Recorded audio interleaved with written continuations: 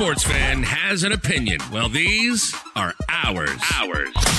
Welcome to Brock and Pep's Unsportsmanlike Convo. Right. And here are your hosts, Brock Fleming and Pep Cariotti. What up, P-Dog? B-Boy? Can you hear me? You good? Yeah, I can hear you. Can you hear me? I can, yeah. Excellent. It went blank, so it really kind of threw me off. I got it. Hang on a second. There's it. But This it's, show is- mine's full of neutral, that low-calorie vodka drink. Okay. Mine's just water. Here's just water, okay. Mine could just be water, but it's not. Water tastes better in a Brock By the way, and it's Pep's low-calorie. Unsportsmanlike Convo mason jar. Mason jars. Whoop, whoop. Woo. My sticker's still on, by the way. I've washed it a couple times and it hasn't bubbled or anything. So high quality sticker from EMAD at Sign It Signs. That's right. Woo. Shout out to EMAD. That was took a little couple of tries. I was there working with them, and a couple things didn't cut out properly, but we finally got it fixed, and those suckers stay on for good. All right, Worked what are out we well. doing here? What are we doing? Let's go. Well, how about how was your weekend? Weekend was good. Yeah. We got guests. We got the I think I told you that already. We were having a family of 5 friends that were moving in. They were doing the move from Calgary, and they came over and moved in on Thursday. So ever since then, it's been a bit of a madhouse. Overall, I mean, it's been fun. The kids are exhausted every single day because their kids play well with our kids, and my kids have been more active in the last 5 days, just playing around the house than they have probably since COVID started. Jackson's had another kid to play mini sticks with instead of asking me to play with them, and Savina hasn't had to do it, and so she found somebody who likes Harry Potter as much as she does, and all that other kind of stuff. So they match up well. Now there's one odd number, so their youngest doesn't really have a pair up, but he's handling his own, which is pretty good. Now, again, from a name and a confusion standpoint, their son's name is Jackson, the same age vicinity as my Jackson. So now it's, what do we call it? Jackson, Jackie, this and that. Anyway, so at home, my son goes by his middle name, Cecil, which is my grandfather's name, my mother's father's name, and didn't want JC, didn't want any other nicknames. He wanted Cecil. So I'm starting to use that a bit more. And yeah, actually, I kind of do, because it just makes me, whatever. It makes me miss my grandfather, and it makes me think of him. And I think he'd be pretty happy to see a kid like Jackson bearing his name. Anyway, yada, yada. Cecil is in the house. And Cecil's in the house, and Jackson's in the house, and Mike right. Shaver's in the house. I love it. Anyways, all that to say, it was a beautiful weekend weather-wise. We have been so lucky here in Ottawa. I mean, we're going to get a crash landing, I believe, on Thursday or Friday. Actually, Friday. Anyway, the temperature should get back down to normal. But taking advantage of this, hey, it's mid-November, and we have summer-like temperatures today. I wore shorts and a T-shirt today, so pretty great wonderful stuff. Yeah. I had a birthday on the weekend, as you know, and it was pretty cool. Oh. I didn't get out for the birthday drinks. It was on Saturday, even though your birthday was on Sunday, but I realized you were playing basketball down there anyway on Saturday, probably because it was beautiful, and that's why you were down there. So I apologize for not being able to make it out for that. Super low key. Shot some hoops, and then on the Sunday saw some family, and it was just a lovely day overall. Very low key for a birthday celebration that where it's usually somewhere out and about, but it's the time we live in. I'm cautiously optimistic about some of this vaccine stuff that they've been talking about today. I mean, we can't, obviously nothing is imminent, but it's good news. It's a positive. Maybe we can get back to normal, i.e. back to work, i.e. back to sports, indoor sports in the winter. I think I'm looking forward to getting back to normal. So, are you getting it? If the vaccine comes out, and whatever, because it's pretty rushed, but I'm going to hold off, like I normally do with the flu shot. I hold off just because a different strain has a different effect. I will honestly hold off. I'm not going to lie and say, yeah, I'll be the first in line, because I won't. I also am not the most vulnerable. So I'd rather, if there is a limited amount, I'd rather the most vulnerable get it. I don't mind wearing a mask for another extra month if it means people who are more susceptible to this thing get it first. But I would eventually get it. Yeah, for sure. I mean, the science is there. So it's not like it's going to be, produced and a threat to the community. It's 90% effective. That doesn't mean that the 10% is going to kill you. You know what I mean? So I'm not worried. I don't truthfully, I don't think I'd get it right away. No. Okay. No. Yeah. No, I would wait on it anyway. Exactly. Wait for some more studies and stuff like that, ideally. Yeah. But that being said, doesn't mean I'll never get it, for sure. Big election on the weekend. It took a while. It took a week. I've never seen an election last a week, but again, it's the times we live in. Mail-in votes, making sure everybody gets in. They've never had, but they haven't had a voter turnout to that degree as in a little while, since I think it might have been the 70s or something, since they've had that from a percentage standpoint. Yeah. So there's more votes, and again, with the times we live in, there's different ways of reaching everybody. But it made it interesting. Hey, and we're getting the cue from our man backstage that we got to move on to the next segment. But I will say this: no matter who you voted for, let's hope that moving forward we can have a little bit of peace. There's some animosity between the blue and the red, and we're not going to accept the results. And whatever party you vote for, let's just try to move forward peacefully and work together. And that's all I have to say on that. So, agreed. Yeah. The only other headline, or the other thing I'm going to mention, is it happened tonight. And I messaged you. I messaged our buddy Mike in the background.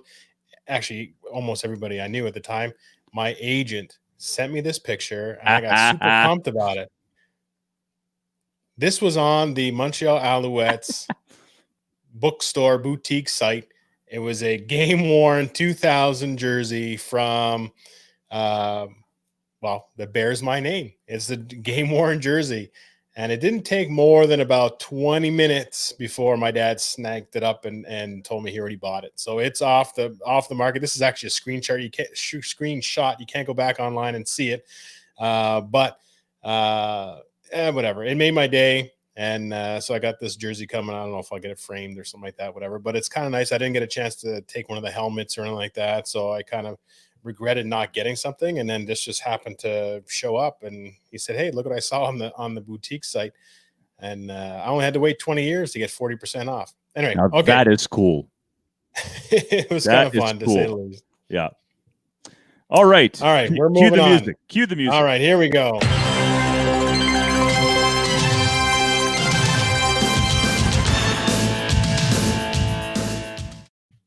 All right, that's gets me hyped up. It does. And this weekend was no exception.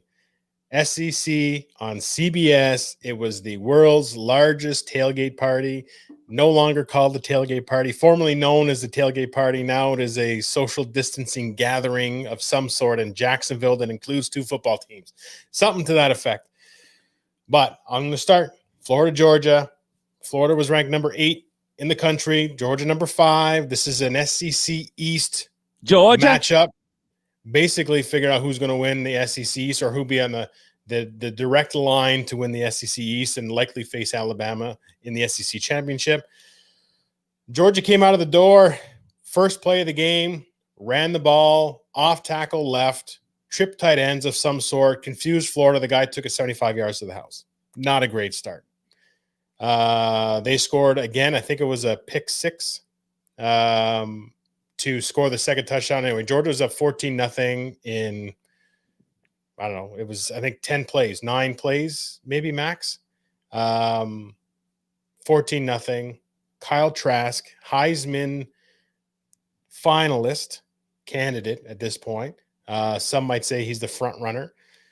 Calmed everybody down. And then they rattled off, I think, 28 unanswered points. No, it wasn't a pick 6 for that one. The pick 6 was the 21 points. They got the pick 6. It was a tip ball, whatever. Pick 6, make it 21. But anyway, Florida ended up putting up 38 points in the first half. They ended up winning, I think, 44-3. Well, I have it right here, 44-28. And there's a lot of injuries in the game. It was very clean, but there's a lot of injuries in the game. Pitts, the big tight end hybrid receiver for Florida, who was a matchup nightmare, was targeted across the middle in a collision that I haven't seen like that in a long time. Their safety got kicked out. He's one of the best players, too, on their team. He used his bell. He had no clue where he was with this hit. Pitts was the same thing. So I think he's out. I don't know how long for because they got a interesting stretch coming up. But Kyle Trask is the first quarterback in SEC history to throw for 4 touchdowns or more in 5 consecutive games.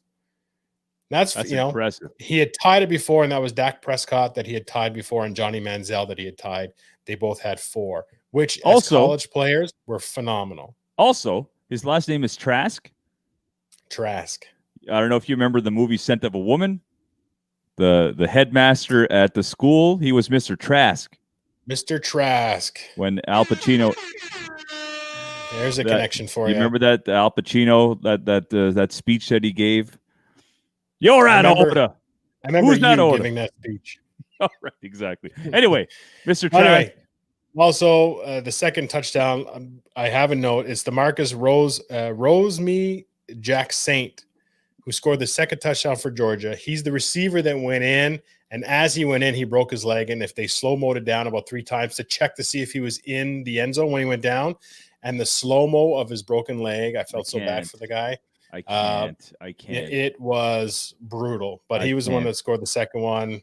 Crazy. Trask, 474 yards, 4 touchdowns on Georgia, which is, still considered one of the top defenses in the country.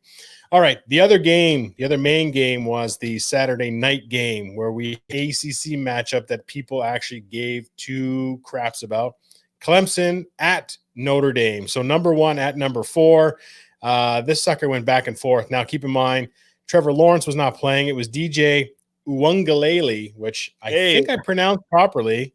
Name of the year, buddy. That is the name of the year. He was very good. Now, I don't know what Trevor Lawrence is going to bring back for when they play off in the ACC championship game, which Notre Dame doesn't usually have a championship game to play, and they sort of like bypass that, which I always thought was it was bullshit. So you got to play in a championship game and earn your spot. So they beat Clemson. That's great. They beat them in overtime. I don't even think I wrote the score down. It was like 47-40 or something like that. Yeah, 44. It was a shootout. Ian Book. Okay, I've never been – obviously, I'm not a big Notre Dame fan. Ian Book has never impressed me. But he looked pretty good in that second half. He's the quarterback for Notre Dame. Thanks.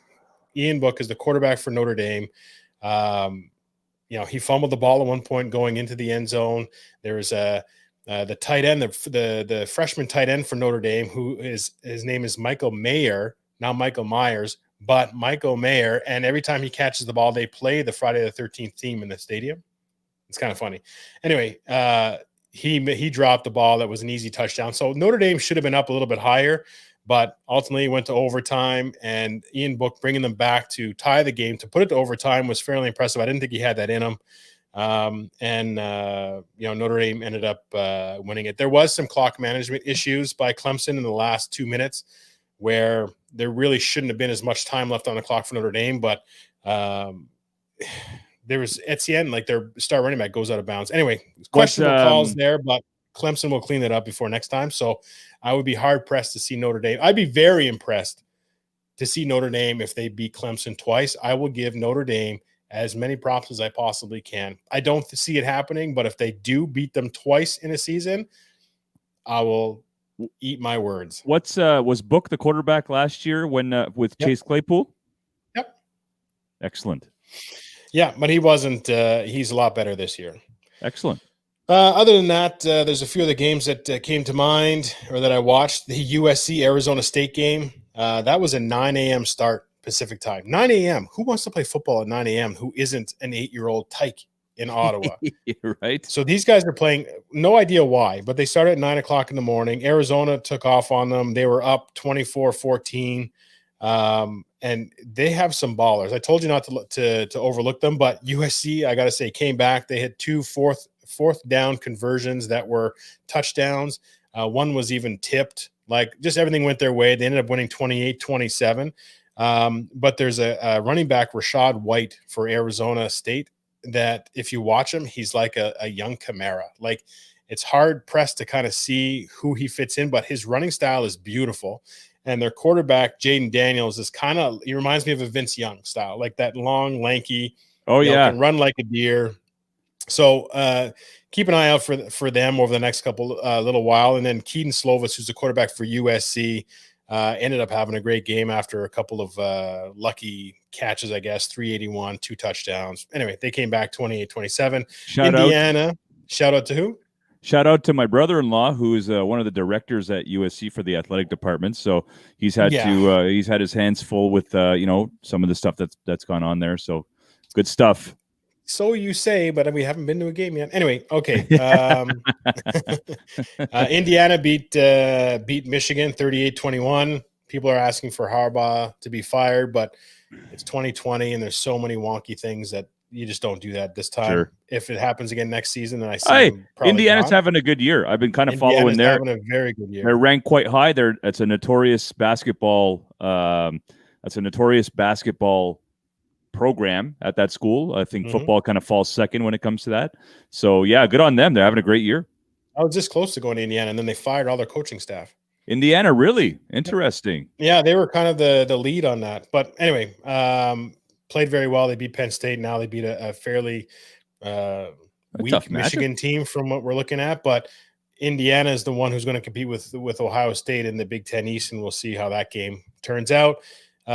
Michigan had lost to Michigan State the week before, and then Michigan State plays Iowa and gets destroyed 49-7. So again, putting things in perspective, I don't think Michigan's anywhere near where they need to be. Penn State, who was a preseason and beginning of the season, I think they were ranked top 10. There was a lot of expectations, a lot of hope from Penn State. They fall to 0-3. So again, we have a couple Ottawa kids on that team that are going to be playing for a lot of their own pride at this point. But they fall 0-3. They lose to Maryland, which is the quarterback for Maryland, if you're not aware of that, is Tua. Now I can't Tagovailoa. Tagovailoa's brother, Talia Tagovailoa. That's right. And again, he comes from a good pedigree. He's not far off what his brother is. He's electric. And Maryland beating a Penn State is something that doesn't usually happen. So watch for Maryland to at least be competitive in a lot of games. The other game I watched, the last one I'll touch, nobody cares. It's Liberty. They're 6-0. They're at Virginia Tech. Okay. The game is 35-35. Liberty, so Virginia Tech had just scored the last touchdown to tie it up. There was like 17 seconds left. Liberty gets a couple passes. They get into a spot where they can give their field goal kicker a 51-yard try. Line up, snap the ball, kick. It gets blocked. Virginia Tech picks it up, takes it to the house. But the Virginia Tech coach had called a timeout to ice the kicker. Oh, no. Pull all that back. Liberty gets in the shot, kicks the field goal, wins the game. 38-35. And that's how that thing ended. Terrible. And, I hate the ice the kicker. I hate it. Because I don't know if it even works. Nah, I mean, especially when you call a timeout and the kicker still has a chance to boot one, as a sort of a practice kick, because they'll go through the motions anyway. You may as well just let the guy pull a Mike Vanderjet, and miss it. Pitts that field goal. The guy didn't even think about it and he missed. So I mean, it's just I hate that. Anyway, that's it for the NCAA for now. And we got a Facebook user saying NCAA football, yes, guy, roll Tide. If I had to put money on it, I would say that was Christian Couture, but we'll see. Anyway, and yes, same kid, Christian Couture, Mac Jones, some love. The quarterback for Alabama is very good. He's very good, but this week they didn't play anybody who was worth noting. So moving on, actually, I think the Alabama LSU game that's coming up possibly this weekend, I think just got postponed because of some other COVID tests. So lovely. Again, we're going to see how the rest of the college season plays out. Again, and what they decide to do in terms of expanding the playoffs and how many games make it qualify for finals. I think the Big Ten, you need to play at least 6 games in order to be in the championship game. So again, we're going to see a lot of things happen over the next little while from a college football standpoint, but that's what I got for this week. Hey, all right. Listen, Brock, college football isn't my expertise. So as you talk, I learn. So it works out perfectly. Out of all the sports, all the major sports, and even some of the independent sports, I'm a big fan. I'm pretty knowledgeable about players and strategies. College football is the one thing I'm a step behind, or 2 steps, in fact. So I appreciate the information. I appreciate you give us the inside scoop on college football. So thank you. I appreciate it. We're gonna have to get you out watching some of it. Let's just listen to this one. You got to start watching and really embrace it. I will. All right. We're getting the timestamp. Time to roll. We're doing all right. That's good. We're doing all right. Before we get into the NFL scores from the past week, because there was a couple of great games, I want to just mention briefly some of the transactions that the Blue Jays might make. Some information on Vladimir Guerrero and the off-season strategy that he's taking in terms of weight loss and trying to better himself, and he wants to move back to third. But I'll start with the signing of Robbie Ray. They picked him up last year at the trade deadline. I don't even know if you want to call it a trade deadline. There was only 30 games, but they had a sort of a makeshift trade deadline. They pick him up. He's a lefty. He played quite well. If you remember, they pulled Matt Shoemaker in the playoff game early when he was dealing, and they brought in Robbie Ray. Now that's a tough situation. The starting pitcher is an ace. He's dealing, and then you bring in Robbie Ray. I think that was the game plan to begin with at the beginning of the game. So he had to come in and actually, it was a difficult situation for him, and he came in and he pitched well. He gave up 1 run. So I thought he pitched quite well. I like the signing. It's a year contract for $8 million. You're not breaking the bank with this guy. Again, lefties are a hot commodity in the majors. So I don't know. I just want your thoughts on them signing Robbie Ray. You saw a little bit of him this year. A little bit, yeah. Not as much as I would have liked, to be honest. He grunts like Monica Seles when he pitches. That's actually wild. If I go back into my my little notebook there, everybody's like, "What are you writing notes for when you're watching sports?" I'm like, "Because all the stuff I forget to say when I want to say it to Pep when we're doing it." But that was in the notebook. I'm talking about exactly. I turned it on, and then at one point I thought somebody changed the channel to a women's tennis match. And it's even more pronounced because there's no fans in the stands. Everything echoes, and he's just willing it over the plate.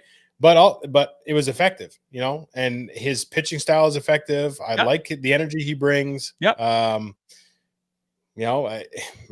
anybody who can't see the TV or maybe has eyesight problems knows who's pitching because they just got to listen to that grunt. Well, that's it. And he's not the answer. Okay, they've made it clear that there's money to be spent. They're going to go out and they're going to attempt to sign one of the big fish in the market. And we talked about this. The Jays are one of the few teams that hasn't suffered from COVID in terms of their financial situation. They're owned by Rogers Communication, tons of money, so they've got money. And you and I talked last week on the program. George Springer's name comes up. I am all in on this guy. He's a champion. He's won a World Series with the Astros. Hits for average, hits for power. Gold Glover. I have no garbage can to slam or to drum. Hey, listen, we'll get him one. Whatever. We'll get him one. I got one in the back here. You got one coming to you, George Springer. Come on to Toronto. Jackie Bradley Jr.'s name's come up as a person of interest for the Jays. So the Jays are going to spend, but I think the Jays are looking to make a big splash. Center field. Pitching for sure, starting pitching because their bullpen is quite good. And lastly, they got to figure out what they want to do at third. I don't think putting Vladdy Jr., I don't care how fit he comes back into camp, putting him back at third is a mistake. I just don't think he's that good defensively. And I think he needs to focus on one thing at a time. Right now it's conditioning. Let's worry about getting him into major league shape for a much longer season. It's not going to be 60 games. So he's got to be able to handle that. And then we can worry about, I think first base might be the safest place to put him right now. So that's going to be, that's a real big deal right now. He had a good enough season to be excited about him again next season, but you need an answer at third. So is he ultimately a DH? That's what he is long term. Well, no, I mean, he's lost 32 pounds. So, if he increases his speed and his that comes with an improvement of flexibility.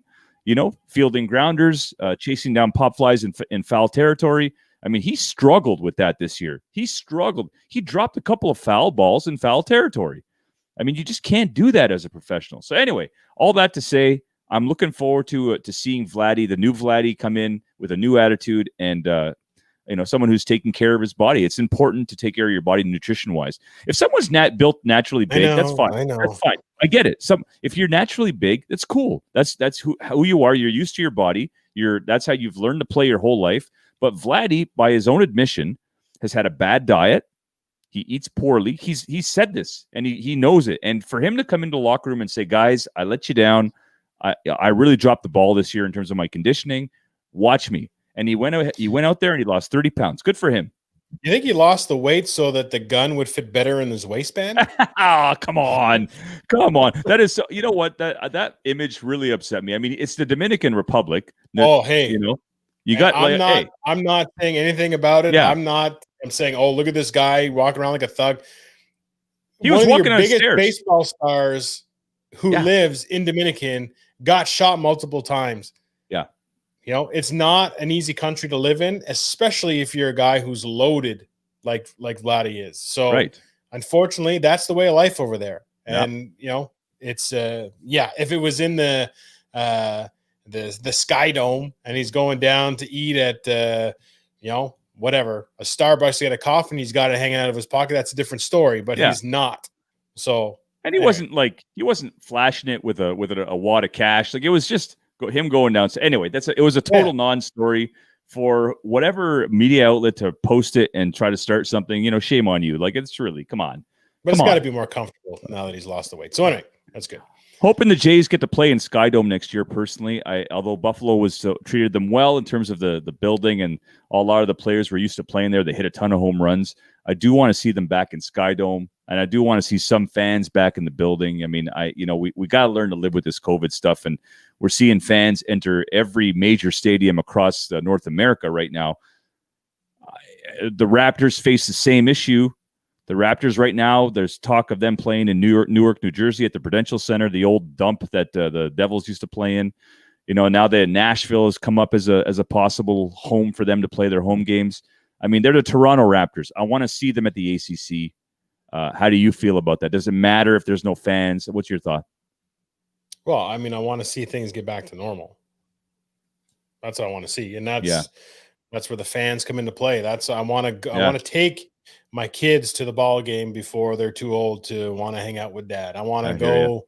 I haven't been to a Raptors game yet. I wouldn't mind checking one of those out. It just, there are things you want to do and you want to experience, and but it's also a sign of getting back to sort of the way we're used to living and getting past this COVID thing as much as possible, or coping with it as best as possible, managing it as best as possible. So, those are clear indicators that we've reached that level, and that would excite me more than the actual game, is to get back to that kind of stuff. You take things for granted, and it's given us an opportunity or a chance to appreciate it when it comes back, hopefully. And but yeah, I mean, I don't want to see them play in other stadiums, other stuff. But like you said, Rogers, the ownership has made money, so they're not as desperate to get some sort of revenue back where a lot of other teams are.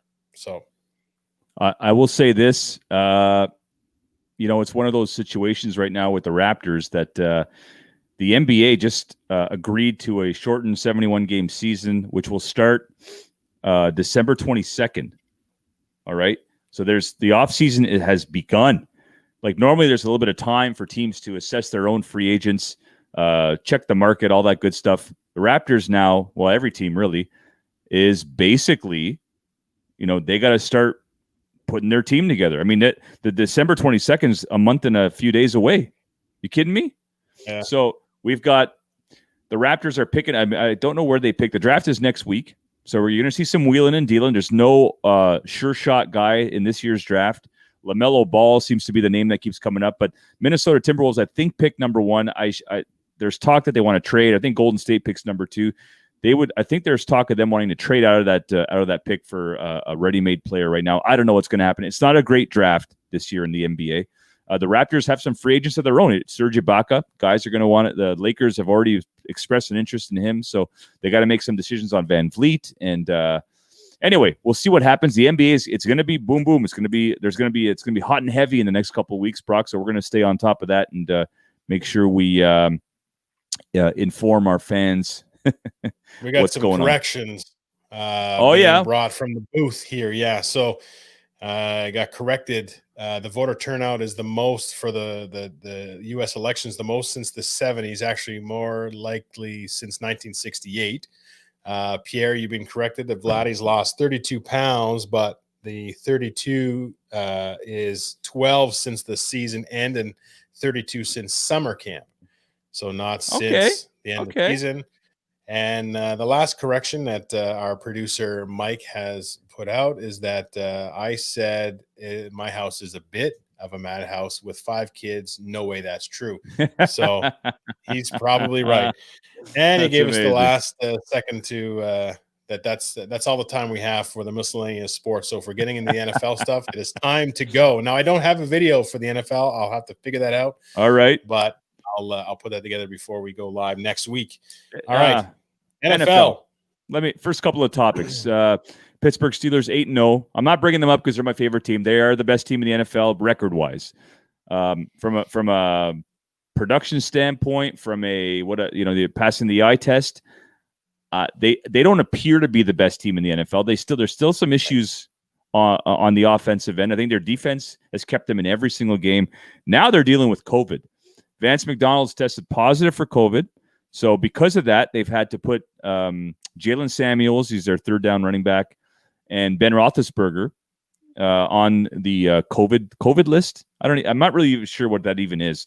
Because they were in close proximity to Vance McDonald, they've had to be put on this COVID list and wait a couple days and get retested. No IR. There's no. You're not in that something. You're in a different protocol. It's So they've been tested. Vance McDonald's the only one that's tested positive, but this virus you could test negative right away, and then a couple of days later you can test positive. So they're going to keep them keep those guys on the list. I'm hoping that because they play the Bengals this week, they host the Bengals, and Joe Burrow's a good-looking rookie. They're going to need all hands on deck. And Mason Rudolph came in at the end of the first half against the Cowboys. Ben had just sort of tweaked a knee, and he looked terrible. So. There's no chance in hell the Steelers can win any games with Mason Rudolph at the helm. Just zero offense. So they need their starting quarterback. He has to stay upright. So anyway, speaking of that game, I thought Dallas played well. Yeah, a shout out to the Canadians in Dallas. I Gallimore was all over the place. And Gallimore were two guys that were Gallimore was bulldozing guys back. Yeah. Oh, listen. I was rewinding plays to watch how far he was driving these guys, and that was Pouncey. Pouncey was one of them, and he was just destroying them. Gallimore wasn't just bulldozing guys; he was bulldozing 2 All-Pros. He was up against DeCastro and Pouncey all day. Mm-hmm. He you know what? It was a 24-19 score. He held his own, and the Steelers scored 10 points in the last quarter to win the game, but they had 9 points going into the fourth quarter. So I credit Dallas's defense. I credit Dallas altogether. I got to give them some credit. People are they had a 4th, 5th, 6th, 7th string quarterback wherever he was. Gail Garrett. No idea what his name is even. He played what? Garrett Gilbert. He played well. I mean, he up until the end of the game when he started to feel some pressure and he made a couple of bad throws in the end zone. I thought they played well. He's the best looking quarterback they've had since Dak Prescott got hurt. So. Yeah. There's optimism there. They're only a game behind the Eagles in that terrible division. So, I thought Dallas played really well. I think there's just a lack of confidence because the talent is there. CeeDee Lamb and Amari Cooper, and they've got a decent tight end in Schultz. Elliott. The Pollard kid runs the ball hard. Offensive line. I mean, they played pretty well. So, it's too bad that Dak Prescott went down. But anyway, did you watch the game at all? Yeah, I watched some of it. There's a couple of the games at the same time. I think that I found Roethlisberger was a little bit off, to be honest. I felt like some of his balls, I was watching for Claypool and stuff, and he would, again, the balls weren't where they typically were. So yeah, I felt that also contributed to their lack of offense. I just felt like there was something wrong with Ben and his accuracy in that game. I thought so too. But other than that, I was watching more from a defensive line standpoint to see those guys get in. Watching Crawford jump over guys trying to get field goal blocks and stuff like that. It was interesting, but yeah. I want to try to go through the every game like kind of Chris Berman does on the in the middle of the Sunday night game. I yell at the producer. I just You're walking in front of 3 hours to do this. God bless him. God bless him. You know what? A 40-year career on the NFL on ESPN, and he's going to be remembered for that. Poor bastard. Oh yeah. Let's just roll here. Falcons beat the Broncos. You know what? I'm not sleeping on the Falcons. Like that is a team new coach, and they every game they were in, they could be 7-1, like they very easily. So big win hosting Denver. I thought that was a good win. They 27 points, giving up 27 to Denver though. A little concerning. You feel free to cut me off if you want to intervene on any of these games. Buffalo Bills, very impressive win against the Seattle Seahawks, 44-34. Yeah, and Seattle's defense. I talk about the addition of Dunlop, the kid from Florida, in Cincinnati, helps a bit. But man, their secondary is not where it used to be by any means, and they were giving up some major yards and some major big plays against Buffalo. So, I mean, as much as Russell Wilson is doing what he can to keep them in games and win tight ones, if their defense doesn't help them out, there's no way they're going to be able to slow down a Saints offense or a Green Bay offense or even maybe like a Minnesota or something. Like if they can't stop anybody. But I mean, shout out to the Buffalo Bills and what they did, because not impressive. In a million years that I think they were ready to compete on the Seattle level. And I have been giving Josh Allen no props all season, thinking that it's all sort of luck. But, it never felt like he was like I was confident in him and whatever. And he threw for 415 yards. Yeah. 3 touchdowns against Seattle. Like that's, hey, maybe game plan. He is where he's supposed to be. So, great job. I thought they had a good game plan going into that game too, because Seattle's obviously one of the top teams in the NFL. Just a couple of really, really odd throws. Russell Wilson threw an interception in the end zone while he was scrambling right. You never see him make that. It was a flutter ball too. You never see him make those types of throws. But anyway, Baltimore beat Indianapolis 24-10.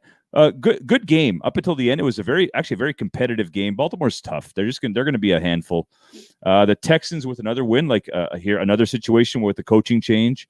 20 to beat the Jaguars. Carolina. Hey, they put up a good fight. Me. I didn't think they were going to be quite there, but Carolina's got something about them where they're ready to compete. Yeah, and that seems to be what they bring. Now they got Christian McCaffrey back this week as well, and you add somebody like that into the mix. This guy is so dynamic and so dangerous in every aspect that he demands some attention. But the young receivers are stepping up. Teddy Bridgewater. Bridgewater is leaving his mark as everybody expected him to kind of take that next step, and good on him. But that was a real good game. I'm not going to spend a whole podcast on Teddy Bridgewater, but here's my take on him. The Minnesota Vikings were a 17 or 12-yard field goal away from making, I believe it was either the NFC Championship game or no, it might have been the Super Bowl a few years back, and Blair Walsh shanked it. That was Teddy Seattle, I think, wasn't it? Yeah, Teddy Bridgewater was the quarterback for Minnesota, and yes, he got hurt the year after, but the Jets had him in camp. The Jets had him back up for 1 year, and they just let him go. How good would he look in New York? A team that he can be himself and that wouldn't have to worry. He'd have been a great quarterback in New York. And they went and not saying what happened. What if Teddy Bridgewater? Because he would not want to be stuck in New York right now. Carolina is a much better place for him. For sure. And you know what? Kudos to the New Orleans Saints for letting him back up last year. Again, another year to get his leg healthy, and he's clearly starter material. So that's also, I think, probably one of the biggest benefits for Bridgewater's career was the backup in New Orleans right? because of who he was behind and because of Breeze, Peyton, those kind of guys, like that organization and that structure there that's been around for years. 14 years. Very good for probably his mental development, if anything else. So whatever happened before, he was good. I think that this was exactly what he needed at the right time, and now he's able to seize the opportunity moving forward. The only other coaching quarterback combo that's been together longer was Belichick and Brady. And Ben and Tomlin are they're, I think, a year behind Breeze and Breeze and Peyton.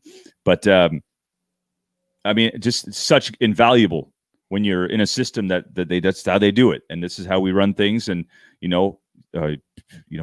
Teddy Bridgewater strikes me as a sponge. I think he picks up and retains a lot of stuff. So happy for him. They lost, but 33-31 against the best team in the NFL. Right. I mean, that's pretty good. The Vikings, another team that I would not sleep on at all. It's taken them a couple games to get going. They got new personnel on offense. They lost Stephon Diggs. That's a big loss. Adam Thielen becomes the number one. Their defense it's a big turnover in the front seven. They've still got a good secondary, and Dalvin Cook has run for 200 yards 2 games in a row. He's run for 450 yards in 2 games. So, yeah, man, I have been fantasy. Yeah, they're getting back to Vikings football, and that's a team again that I wouldn't want to play moving forward. They're 3-5, but they could easily be 5-3. Detroit Lions. Justin Jefferson has been starting to pick it up too as a deep threat to give Thielen and those guys some. You know what I mean? Like, you can't just have a Thielen be your receiving guy. You need to have somebody work in conjunction, and he was a first-round pick, and he's starting to come into his own there. Titans beat the Bears 24-17. I took the Bears on that one.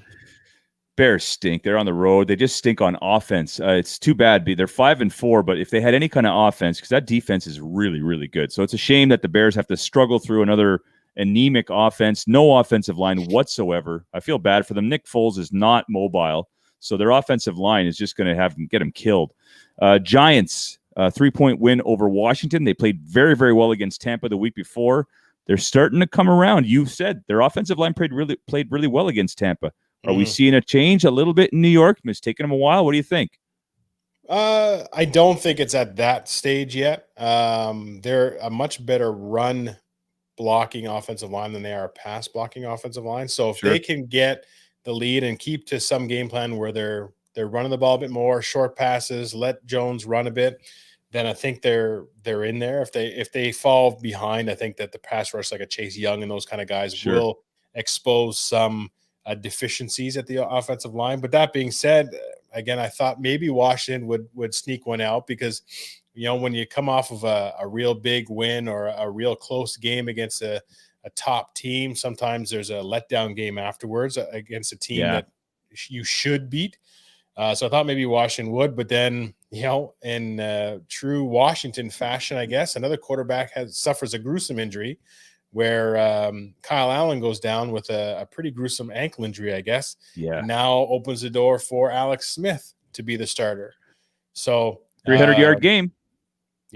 Let's see what happens. It's I would not want to be a quarterback in Washington given the history of these injuries. So I'm excited to watch Alex Smith. I didn't get a chance to see this game, but I'm excited to see his next start and see how he does. And hopefully him and that mashed potato leg will hold up and they can maybe pull out a win. I don't know who they play next week, but anyway, yada yada. That's that NFC East that is wide open for anybody's team. It really is. So. Really is. The Raiders beat the Chargers. The Chargers are the new Atlanta Falcons, by the way. Their coach after the game is quoted as saying, "We've been kicked in the gut 6 times this year." I mean, they've had games in hand.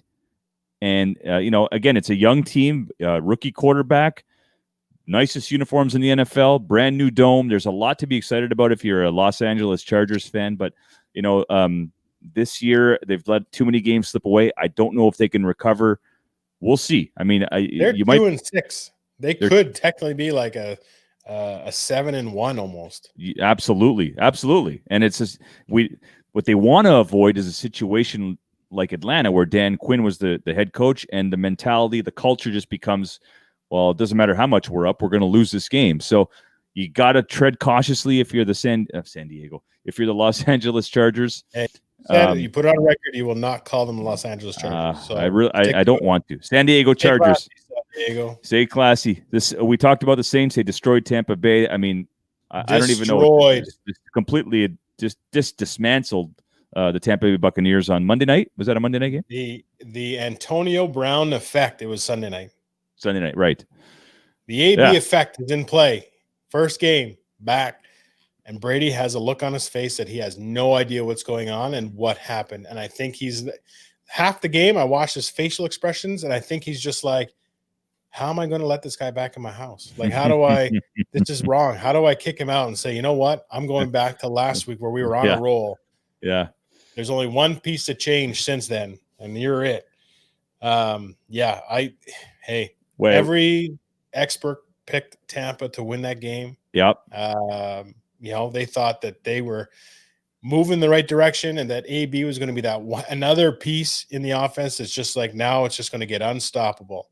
And the Saints came out and stuffed them. 3 points. 3 points. Yeah. Brutal, but great for the Saints. And I like to see it. Bring it. Tampa Bay showed class. You know, their official Twitter page said, like, we got our butts kicked. You know, congratulations, respect. I can appreciate that. We can have a whole show on Tampa Bay, and my thoughts on Tampa Bay are, you know, they've brought in a lot of you know, high marquee guys, but a lot of them are old. So I haven't even seen Fournette on the field. You don't see Shady McCoy. Gronkowski doesn't look like half the player he was. He really doesn't. He's a good blocker, but you know, he hasn't been the same guy that he's been in New England. Mike Evans is playing on one leg. Don't they have Cameron Brate and O.J. Howard still? But we don't see them. I'm surprised we don't see. But that's not Arians. Arians is down the field. Arians is 4 wide receivers, you know, and 1 tight end, or 3 wide receivers, a tight end, and a running back. And it's just, that's his offense. He's just, you live and die by it. Carson Palmer almost died by it. So, like, it's, you know, it's just an odd fit. And sometimes you can have too many weapons, and then you can overthink things. And it's just like, it's one of those situations where now you've got, Scotty Miller is really their best player on offense, aside from Mike Evans. So then you got this Mickens guy, or Milkins, or I've never even heard of him. He's catching balls all of a sudden. So, you know, well, we said what was going to happen. It was either going to be what's going to hold out, Arians' offensive philosophy, or what Brady wants to do and what his strengths are. And now I think we're seeing that it seems to be Arians. And I just, the body language I get from Brady, I guess even in a loss or a win, I feel like it's uncomfortable. Not a good fit. It's not a good fit. He's uncomfortable. You and I talked about it in the preseason. It's an odd fit. It's the oddest fit in the whole league, actually. He could have gone anywhere. That to me is the oddest fit. Of all the coaching philosophies and styles, that one doesn't make any sense to me. But anyway, we're seeing it. We're seeing some issues right now with it. I always picture him having a thought bubble on the sidelines that has a picture. I wonder if Belichick is thinking about me as I'm thinking about him. Hey, speaking of Belichick, they came back and won yesterday. Again, I'll never count a Belichick team out until they're mathematically eliminated. So good on Cam. I'm a Cam Newton fan. I might be the minority. I was just gonna say, I'm a fan of that guy. What has he done to upset anybody? He plays hard. They run him to the ground. He's your starting quarterback, and they run him on option plays, and he's taking hits left and right. And then people complain that he's overthrown somebody. Well, I just took a 300-pound lineman to the chest. So let's give the guy a little bit of credit here. And he's got a cannon, and they have no receivers. Their offense is like nothing. No, I'm like Donald Trump. It's nothing. It's terrible. It is brutal. Sorry. They're terrible. I mean, they really are terrible. They've got some decent running backs and a good offensive line. But on the outside, they stink. They're worse than New York. The Jets. They're pretty bad. And the thing about Cam, like, he actually cares. You know what I mean? Like, you see the emotion this season. Sure. Yeah. And he so wants to produce and to contribute and to kind of get back and show the naysayers and whatnot. And he's in a situation that it's a team that gave him a shot, which is weird. It's only one team had given it to him. But let's get what car alarms going off around here. Somebody stealing my truck. But like, I want to see him succeed. I want to see him do well. I want to see him show the naysayers, that he still has game and that he can play. And it's the emotion that he's showing on the field and off the field, even in those post-game interviews, that make me like him. And I cheer for him. I'm rooting for him. I got no problem with Cam Newton. I had my fingers crossed that Pittsburgh would have signed him as their backup, because Ben's going to miss a game or two or more potentially just because of his age and the style of play. And then he could have maybe taken over in a year or two. Like he is a starting quarterback, though. I think he's a starting caliber quarterback. The last game, the last thing I'll say. Yeah, sorry. Somebody asked him. So they had lost. I think it was when he had fumbled, and you could see it was tearing him up. You know what I mean? It wasn't like he didn't care. And somebody asked him, like, do you think maybe you should not dress the way you dress until you play better or something like that? Anyway, I was just like, are you for real? Like, what's the point? This is who he is. He wants to dress that way. Let him be him.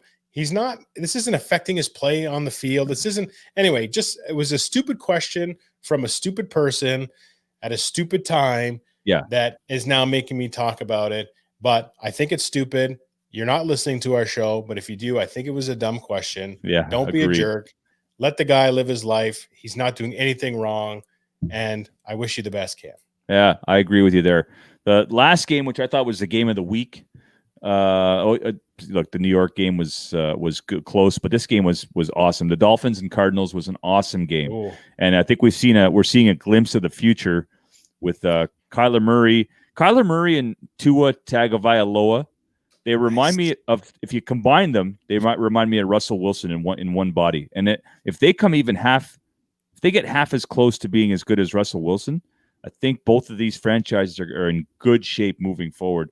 We're already seeing it. I mean, the Cardinals have a winning record, if I'm not mistaken. They might be 5-4 now. It's his second year in the league. So He's like Mighty Mouse. He reminds me of Stoudemire. Yeah, a little bit. Yes, he does remind me of Damon Stoudemire for sure. Speaking of which, I got a book. Anyway, that's another. I got to remind me to lend you this book. 25 Years of Raptor History. It's awesome. Oh, nice. Yeah, so I thought that was a very exciting game, to back and forth, and then the Dolphins eked it out with a field goal, 34-31. Dolphins 5-3. They're rejuvenated. They're rejuvenated, and I would like to apologize for my initial comments when Miami made Tua the starter after throwing 2 or 3 passes in a game. I said, "You're nuts. You're going to ruin this kid." Because you're putting him in and he's not ready yet. Yeah. You're putting him in, he's got a bye week, and he goes right in against the Rams, which is Aaron Donald in your face. Like, it's a team that you're not supposed to beat. You should have gotten your butt whooped. Yep. And I have been completely wrong in that sense, as I am often enough in terms of betting and figuring out who's going to win these games. But, I mean, Tua didn't do a lot against the Rams. I think he threw for like 90-some yards. Like, it wasn't a lot. But there's obviously something there that sparked this team and said, you know what, maybe we have an opportunity now. And it may not be directly related to it, but it might have just been a feeling. Yeah. But they beat the Rams, which was surprisingly enough. And then to go against Arizona, I think I picked the Cardinals anyway, because, again, I thought maybe you come off a high against the Rams, even though Arizona's a good team, maybe that magic is run, or maybe Arizona now doesn't take them lightly because they beat the Rams and something, whatever. And they still came out and won. And Tua was a bit more of a larger component of that game and that offense for Miami. But hey, I've been proven completely wrong, and the coaching staff saw something in Miami and Tua, and good on them. If you step in, that's great. And we all have this love affair with Ryan Fitzpatrick because he's one of the good guys in the NFL, and they were 3-3. And but Ryan Fitzpatrick is, what, when his career's done, if you had to describe him in one word or a couple of words, it would be like 3-3 or 500. I mean, that's his career, 500. He's come in, he's cleaned up messes. He's been on franchises that are in transition, and he's tried to sort of hold things together while the franchise tanks for a franchise quarterback. So, like, you got to give Fitzpatrick some credit, but he was not the future. They drafted this kid to play. And, obviously they saw something in practice where they're like, oh, okay, he's accurate. They have some big targets on the outside. Yep. If he misses them by a foot or two here and there, they're big boys. I think it's Devontae Parker, big boy. So it was a good move. It was a good move. I think Ryan Fitzpatrick, there's a couple of teams that could use him right now. Dallas. Go and get him. Ryan Fitzpatrick's motto is, or his career can be summed up in nothing to lose.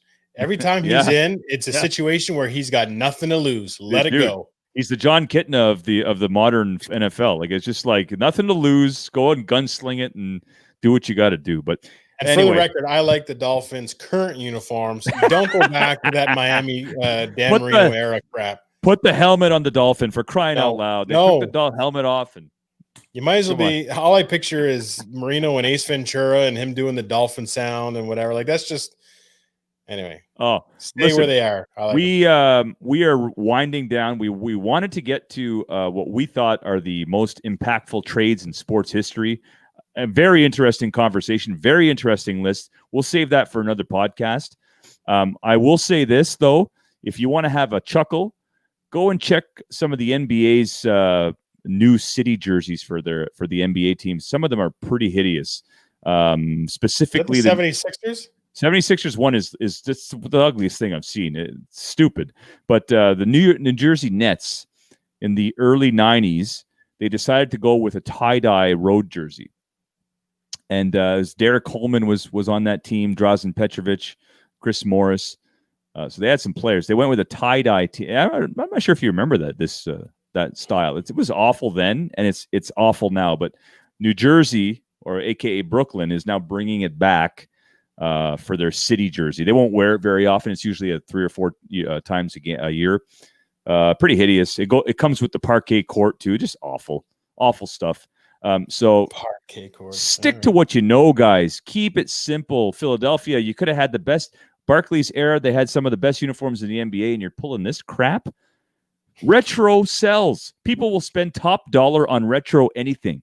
Shoes, jerseys, you name it. They'll spend $150 on anything retro, man. My dad, you're looking at $120 on a retro jersey tonight. Yeah. Perfect way to end it, my man. Perfect. All right. We're going out. We'll see you guys next week. Remember, download the Cap City Beats app on iOS or Android.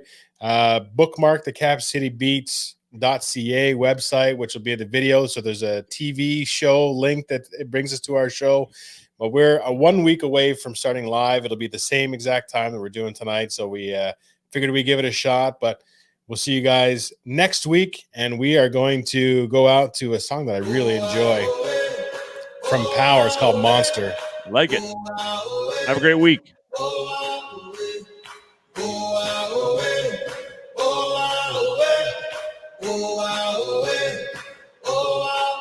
They made the monster out of me. They put a shot in my bed.